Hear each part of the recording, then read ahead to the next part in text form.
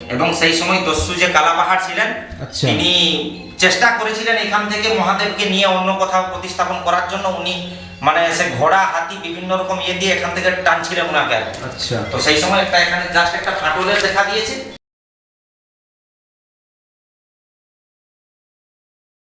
Hello, good morning internet, welcome back to my channel. আজকে হচ্ছে 1 August 2021। এখন সময় হচ্ছে সকাল 8:45 বাজে। Good morning from Kharagpur Keshiary state highway. আজ আমি আপনাদের নিয়ে যাব আমাদের পশ্চিম মেদিনীপুর জেলার পাশের জেলা, নবগঠিত জেলা ঝাড়গ্রাম জেলার নয়াগ্রাম ব্লকের প্রায় 400 বছরের পুরনো সহস্রলিঙ্গ মন্দিরে নিয়ে যাব। এই মন্দিরের সঙ্গে এক বিশাল বড় ইতিহাস জড়িয়ে আছে, সেগুলো আপনাদেরকে শোনাবো। চলুন আমি যদি আপনাদেরকে ম্যাপে দেখাই জায়গার লোকেশনটা কোথায়, তাহলে হয়তো আপনাদের বুঝতে সুবিধা হবে। আচ্ছা, আমি এখন এই খড়গপুরের দিক থেকে এলাম। আমি এখন দাঁড়িয়ে আছি এটা যে কেশিয়ারি, আমি এখন এইখানে কোথাও এটা একটা জায়গায় দাঁড়িয়ে আছি। আর আমি এখন টুয়ার্ডস যাব নয়াগ্রামের দিকে। আর আমার যেখানে যাওয়ার যে গ্রামটা যেখানে যাব সহস্রলিঙ্গ মন্দির, সেই মন্দিরটির লোকেশন এইখানে কোথাও হবে। গ্রামটির নাম হচ্ছে সস্তনী। ঝাড়গ্রাম জেলার অন্যান্য অংশের মতন এই নয়াগ্রাম এলাকাটিও ধর্মীয় স্থান, ঐতিহাসিক স্থান এবং প্রাকৃতিক সৌন্দর্যে কিন্তু ভরপুর। এরপর কেশিয়ারি, জঙ্গলকন্যা সেতু, নয়াগ্রামের দিকে সুবর্ণরেখা নদীর পাড়ে অবস্থিত জঙ্গলকন্যা প্রকৃতি উদ্যানকে রাস্তার উপর থেকে দেখে এগিয়ে গিয়েছিলাম খড়িকামাথানির দিকে।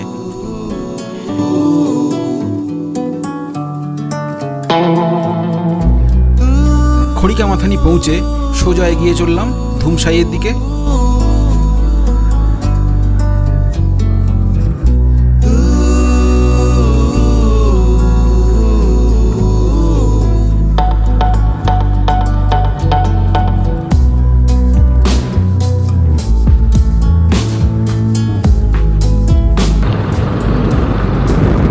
নয়াগ্রামে প্রবেশ করার পরে মানে ওই খড়িকামাথানি পেরিয়ে চলে আসার পরে ল্যান্ডস্কেপ পুরো চেঞ্জ হয়ে গেছে, পুরো চেঞ্জ। আর গাড়ির সংখ্যা কম, লোকজনের সংখ্যা তুলনামূলক রাস্তার উপরে কম। ঘরবাড়িও দেখা যাচ্ছে, সে ঘরবাড়ি দেখা যাচ্ছে। সামনে খালি ল্যান্ডস্কেপটা দেখুন, খুব বেশি দূরে নয়, খড়গপুর থেকে মাত্র 40 কিলোমিটার দূরে।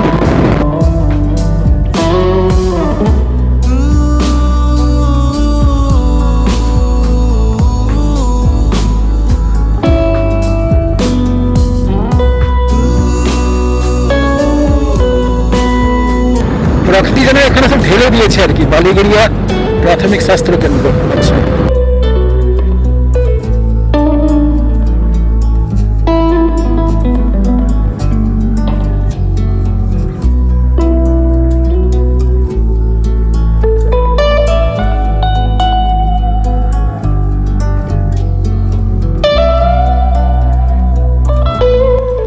আচ্ছা, এই জায়গাটার নাম হচ্ছে পলাশিয়া।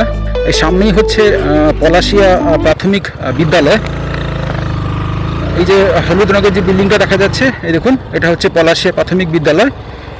এইখান থেকে হচ্ছে সহস্রলিঙ্গের মন্দিরের দূরত্ব হচ্ছে 3 কিলোমিটারের মতন আর কি। এখানে স্থানীয় আমাকে একজন বললেন। বলছি, রাস্তায় হাতি নেই তো? জঙ্গলে হাতি থাকে না তো এখানে? হ্যাঁ, দুদিকে ঘন জঙ্গল, আর তার ভেতর দিয়ে চলেছি আমি সহস্রলিঙ্গ মন্দিরের খোঁজে।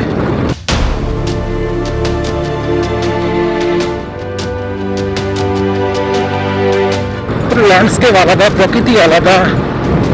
মানুষজন দেখুন এই রাস্তায় গবাদি পশু চড়াচ্ছেন, এই রাস্তায় দু একজন দাঁড়িয়ে আছেন। আরেকটা জিনিস আমি লক্ষ্য করছি এখানটায়, এই দেখুন রাস্তার দুদিকে আমি অনেক জায়গায় এরকম উঁচু উঁচু উঁচু উঁচু এরকম ঢিপি প্রচুর দেখতে পাচ্ছি আমি এই রাস্তায়।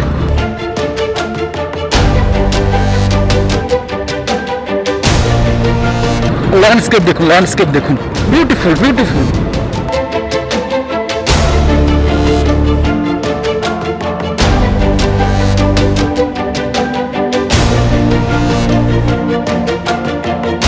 আসলে কাউকে দেখতে পাচ্ছিলাম না, একটু কেমন লাগছিল নিজেকে। সামনে একটা বাইক দেখতে পাচ্ছি, দুজন যাচ্ছে।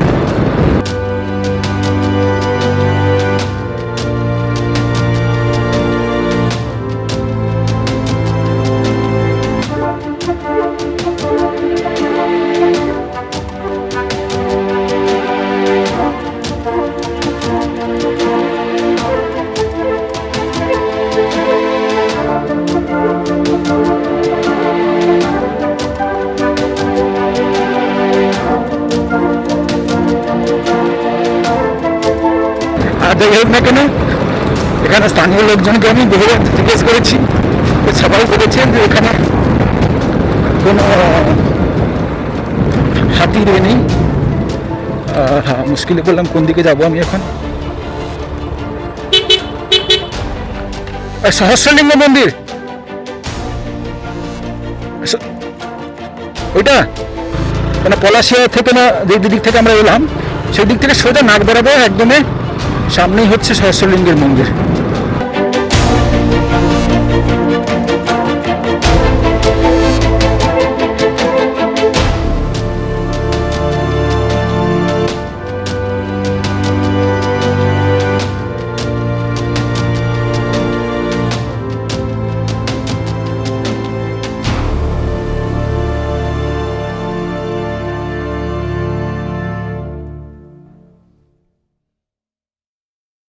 আচ্ছা, আমি এখন দাঁড়িয়ে আছি সহস্রলিঙ্গ মন্দিরের সামনে দাঁড়িয়ে আছি।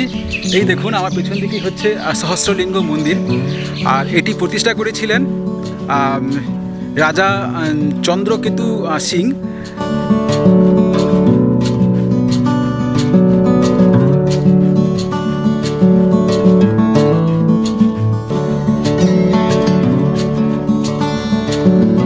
ওনার যে রাজ্য ছিল সেই রাজ্যের নাম ছিল হচ্ছে চন্দ্ররেখাগড়, যেটা দূরত্ব হচ্ছে এখান থেকে কাছাকাছি হচ্ছে 3 কিলোমিটার দূরত্ব। কিন্তু দুঃখের বিষয় সেখানে কিন্তু রাজার যে কোনো রাজার যে রাজপ্রাসাদের কোনো কিন্তু চিহ্ন এখন বর্তমানে নেই, সেটা পুরো ধ্বংসপ্রাপ্ত হয়ে গেছে। এখন গেলে কিছু জঙ্গলের মধ্যে আগাছার মধ্যে কিছু ওই বোল্ডার পাথর দেখা যায়। আমি সেদিকে যাচ্ছি না। সেই রাজ্যের রাজা ছিলেন রাজা চন্দ্রকেতু সিং। উনি এই মন্দিরটি প্রতিষ্ঠা করেছিলেন। যতদূর স্থানীয় ইতিহাস থেকে জানা যায় এটা প্রতিষ্ঠিত হয়েছিল 16 শতকে। আজ থেকে প্রায় 400 বছর আগে এই মন্দিরের প্রতিষ্ঠা হয়েছিল। ওম মঙ্গলম ভগবান বিষ্ণু মঙ্গলম গরুড়ধ্বজ মঙ্গলম পুণ্ডরীকাক্ষং মঙ্গলম মধুসূদনম মাধব মাধব বিষ্ণু মাধব মাধব হরি স্মরন্তি সর্বে নিত্যং সর্বকার্যেষু মাধবম শ্রীমৎ পঙ্কজ বিষ্টর হরিহর বায়ু মহেন্দ্র নলশ্চন্দ্র ভাস্করম বিত্তপাল বরুণা ধর্মাধিপাল গ্রহা প্রদ্যুম্ন নলকুবর সুভাষনম যত্র জায়তে পুরুষস্তমজম নিত্যং ব্রজামি স্মরণং হরি। আমার নাম হচ্ছে দেবব্রতপতি, আর বাবার নাম হচ্ছে স্বর্গীয় হরিহরপতি। তো আমাদের এখানে পূজা করা প্রায় 300 বছর হয়ে গেল। 300 বছর? 300 বছর। 300 বছর বলতে আমার বাবা, উনার বাবা, তো এই হিসাবে ধরে মোটামুটি আমাদের একটা আনুমানিক যেটা 270 থেকে 300 বছরের মধ্যে হবে আমাদের পূজা করাটা। এই মন্দিরটা বিরাট বিরাট পাথর দিয়ে তৈরি, যে পাথর এখনকার দিনের হয়তো কোনো কারিগর মিস্ত্রি এত উঁচুতে তুলতে পারবে বলে মনে হয় না আর কি। আচ্ছা। এবং সেটা চুন সুরকি দিয়ে, আচ্ছা, কোনো সিমেন্টের কোনো গল্প নেই। আচ্ছা, চুন সুরকি দিয়েই মানে এই মন্দির তৈরি হয়েছে। এবং সেই সময় দস্যু যে কালাপাহাড় ছিলেন, আচ্ছা, তিনি চেষ্টা করেছিলেন এখান থেকে মহাদেবকে নিয়ে অন্য কোথাও প্রতিস্থাপন করার জন্য। উনি মানে সে ঘোড়া হাতি বিভিন্ন রকম দিয়ে এখান থেকে টানছিলেন ওনাকে। আচ্ছা। তো সেই সময় একটা এখানে জাস্ট একটা ফাটলের দেখা দিয়েছে।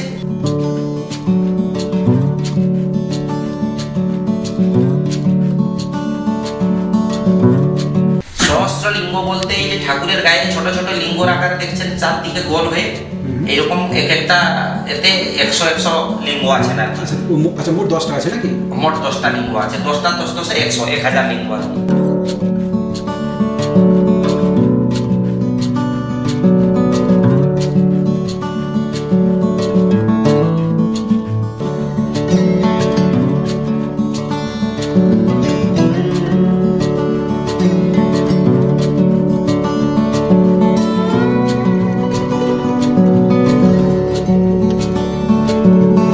সব মন্দিরের দরজা তো মানে আমাদের পূর্ব দিকেই হয় প্রায় আর কি। আমি দেখেছি যত জায়গায় আর কি। তো এইখানে মন্দিরের দরজাটা পশ্চিম দিকে এই কারণে যে চন্দ্রকেতু রাজা সকাল হলে যেন মহাদেবের দর্শন পান আর কি, আচ্ছা। যার জন্য উনি দরজাটা পশ্চিম দিকেই করেছিলেন, যাতে সকাল সন্ধ্যা যে কোনো সময় তিনি ওই রাজপ্রাসাদ থেকে ঠাকুরের দর্শন করতে পারেন। ওই জন্যই উনি পশ্চিম দিকেই দরজাটা করে মন্দিরটা করেছিলেন আর কি। রাজপ্রাসাদটা কোন দিকে?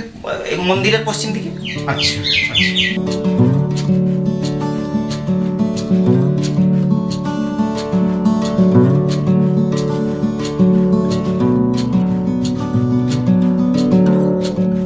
পেছন দিকে যে গাছটা দেখতে পাচ্ছেন এটা হচ্ছে গোলাপ ফুলের গাছ। প্রায় এটা নাকি শতাধিক বছরের গাছ। কথিত আছে যে গাছের যে মেন অংশটা হচ্ছে এই গাছের যে এই গুঁড়িটি মেন অংশ কোনো এক সময় ঝড়ে ভেঙে গেছিলো, এই ভাঙা অংশ থেকে আবার এই গাছটি আবার বেড়ে উঠেছে আর কি।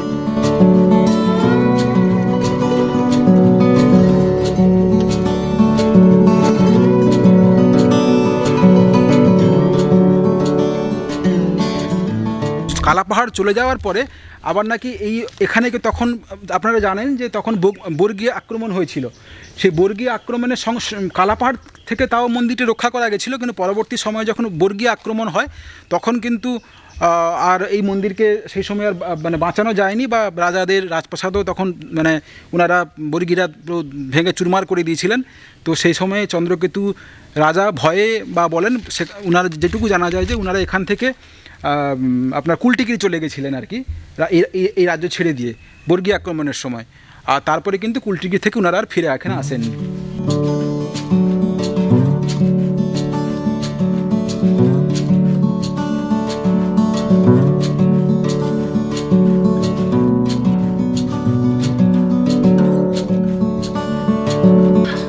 এখান থেকে পাশেই হচ্ছে আমাদের উড়িষ্যা রাজ্যের ময়ূরভঞ্জ জেলা, এবং এখান থেকে দূরত্ব কোথাও 5 কিলোমিটার, কোথাও 7 কিলোমিটার, কোথাও 10 কিলোমিটার, আপনি যে দিক দিয়ে যাবেন আর কি। কাছাকাছি হচ্ছে এই মন্দির থেকে কাছাকাছি দূরত্ব হচ্ছে 6 থেকে 7 কিলোমিটার হচ্ছে উড়িষ্যা রাজ্য আর কি।